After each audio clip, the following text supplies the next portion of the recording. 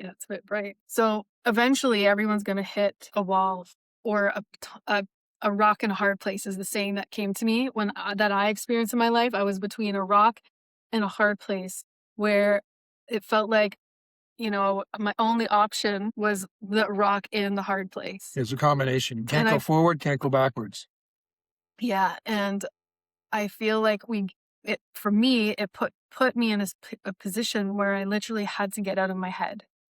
So the rock and the hard place, although it was really challenging mentally, emotionally, it was the cauldron for my body to begin to understand and trust navigating in a new way. Because up until that point, my main navigation would have been my logic and all the conditioning that was programmed into me about the best way to live life or best practices. So this is literally death and rebirth. So we're saying we've all been socialized to push, whatever it is, push, push, push, push. And there comes a point in time, I've got a story around that and a life experience. I'm currently still in that process. You had it before me, that process. And the thing I'm really interested in is recognizing that it's highly probable that as we move into 2027 and we move deeper into 2027, 2028, 2029, 30, people are going to not be able to move forward or backwards. They're going to be stuck in a rock and a hard place. And the observations that we have as to how to get out of that is to be presence. And then I can't remember what was the thing that you said after that? Surrendered, maybe? Yeah, surrendered. The first one is presence, which we can only really get there if we've practiced pausing in life and pausing and being with the breath and being in that stillness and being in the void space. Then remembering or getting someone to remember you need to be present. So you remember to be present when you're in like this huge, what feels like an emergency. I think the biggest thing is like our bodies are constantly talking to us and informing us and giving us wisdom.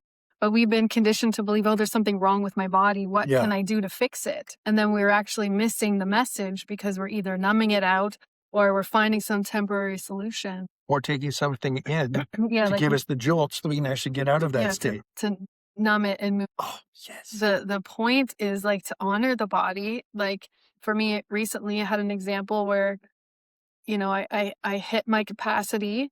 And so instead of trying to push beyond it, I had to go and retreat and lay down and be in presence and breathe and listen, like take the time to connect with my higher self, to my intuition, whatever you want to call it, to the body's wisdom. More than the rational logic that you've used your whole life. That's the point, is it's actually a whole other aspect of yourself. Right. And it doesn't come, we used to come quickly, give me the solution. Like, let me go to ChatGPT, find out the answer. Yeah. Or whatever the quick fix is.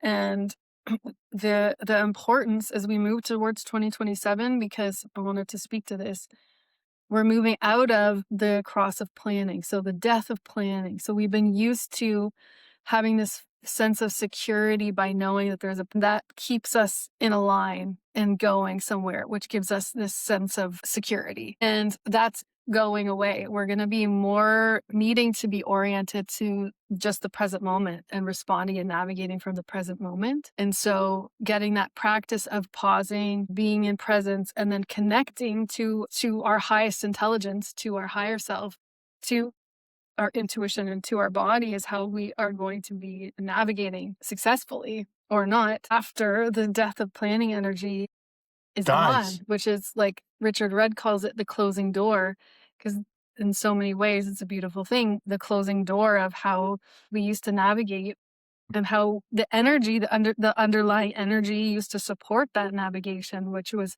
more head-based. Yeah, and push-based. Because we could follow a plan and say, my body, we just push past the pain of our body, take a Tylenol to numb out the messages your body's actually sending you. Go to the doctor and get some prescription because you got some problem, whatever. Sure, and the doctor isolates like that one symptom, not looking at the whole of the body. Yes. And we need to learn to become our own doctors in that way, where we're listening the moment the body starts to speak. And for me, just a couple of days ago when my body spoke in a loud way for me, because for me now I'm tuned very much to the subtle, I instantly stopped as soon as I could safely, and laid down, took the time to connect to my higher self, ask my body, like, what do you need? You have to wait, a few breaths maybe until the clear Maybe, and maybe sometimes it's more than a few breaths, but it's interesting just to watch even still after years of meditation that when I was in that space of presence, my mind was wanting to jump up and go to the next thing quickly, and this false belief that I'm running out of time or I don't have enough time to just sit in this presence and breathe. And that's the illusion, is that the most productive use of our time is being with our body and listening to our body and navigating from not what our mind is dictating for us to do. yeah. And I in particular ask you because you've gone through this process of your body won't let you many years before I did, because I've been through the grind in the business world, but also with the death of Sharon and all of the drama and just fatigue and everything else. I just kept on pushing. I just kept pushing my way through. I'm going to be supportive. I'm going to push and push. And then that all happened.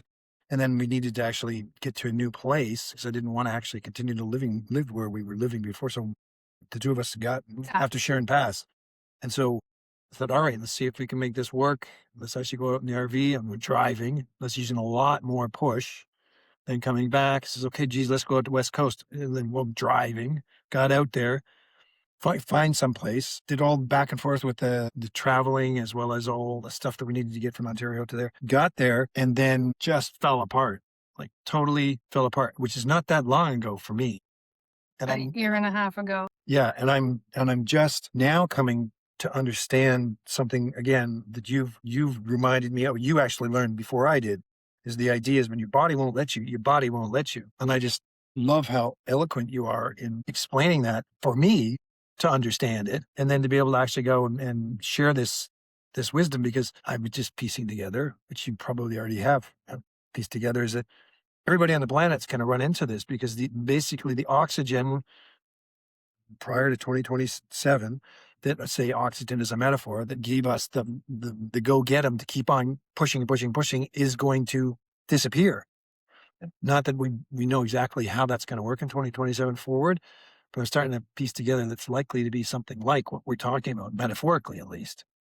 So you can't push your way through it. And then now what do you do? Because it's terrifying. That's terrifying.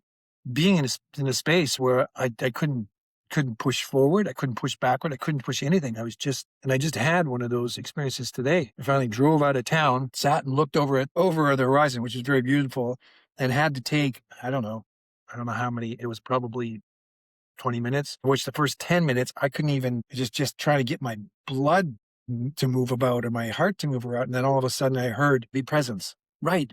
Okay, be presence. Yes, I can do that. I know how to do that. I've been doing that forever. All right, but I didn't piece together, and then just started to do that. And then slowly I started to get more energy, and I didn't get the sequence that you just got, which, because you've been into it further than I am. And I just go, oh my God, we got to share this. This is, this is so great. And it's not the kind of thing you can actually pick up in a book and follow it at this point, because rare is that available just yet, because we haven't had it en masse. And so there's not very many people writing about this, and not likely to be a lot of people writing about it or doing videos about it. Well, there might be, but it doesn't come on the radar much because, as Richard Rudd says, it's You don't, patience. It's hard to do a workshop on patience.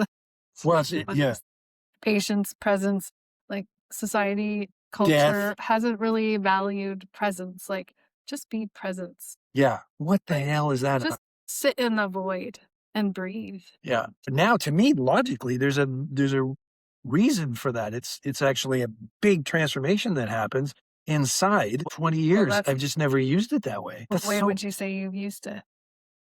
I had not used it when I'm totally wiped. It may not be true. The only thing that got me through this whole last 8 years was to do that. You would do quite that often. every night before you'd go to bed. Like, Okay, you're right. you would be See? exhausted after going in and out of the hospital. I mean, we would do presence in our business meetings. So Usually you're right. We would Jeez. sometimes start our meetings with presence, and we would certainly, at some point in the meeting, spend quite a bit of time just in presence. I don't. So the clarification being, I've been doing presence for 20 years, since Fred taught me to do presence way back when. I've never used it in a place where I would I would call it's not an emergency particularly, but it scared the shit out of me. And I've been doing this and aware of this for quite some time. So today being one of the days where it's just all of a sudden you're talking to me, we're sitting in there having nice little treats and everything else, and I just all of a sudden I go offline. I can't hear you. I can't even really plan on what we're gonna do. I kind of walk out of the place, with my hat in tow, and then we're off somewhere, and I'm feeling I'm done. I'm just totally done. I don't, there's the death rebirth as a metaphor. That's a good one. Our ferry is now Getting docking close. to the main land. No, not the mainland, but the main island, Vancouver Island.